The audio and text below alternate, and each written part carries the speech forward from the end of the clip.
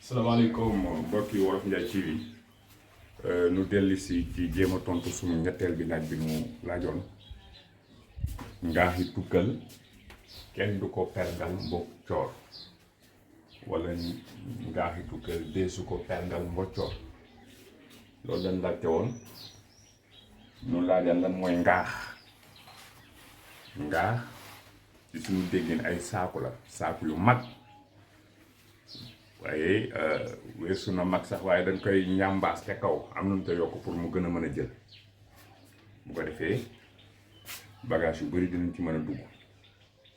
ci fàttaliku am na ay saaku yu ñu daan wax ay samba ñukk wala ay sisaal saaku yu gudd yooyu noonu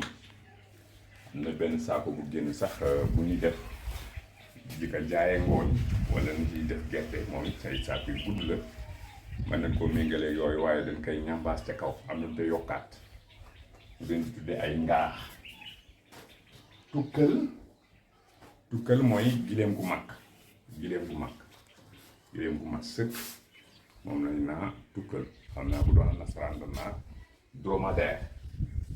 perngal laa jot nan perngal mooy saaku yi ni nga koy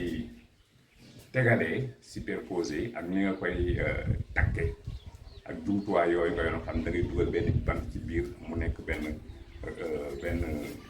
renfort bu nga xam si day tax takk yi gën a dëgër noonu mi ngi koy perngal takk boobu na ko doon takk ñetti takk bu ko defee danaa bekk nga xam ni mën ngaa def un long voyage te saaku yi moom duñ yëngu loolu mooy perngal. ñu ñëw mboccor tamit day dellu si ci tukkël mboccor mooy doomu gileem bu ndaw donc ce qu'on appelle communément en français semelon mooy mboccor donc comme fas bu ndaw dañ koy wax mol waaye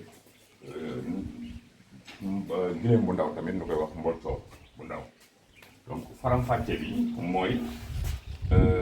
ay saaku yu nga xam ne si dañ ko war a na sa gileem bu mag kenn waru ko war a jéem a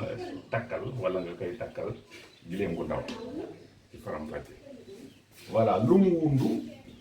wundu tamit mooy pratiquement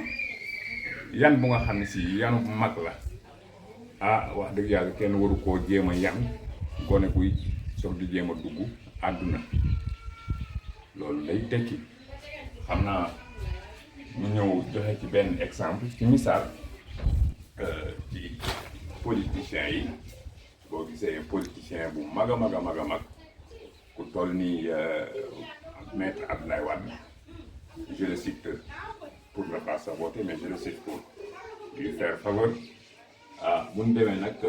ba la mu yan woon lu bëgg ko yan doomam Karim Wade peut-être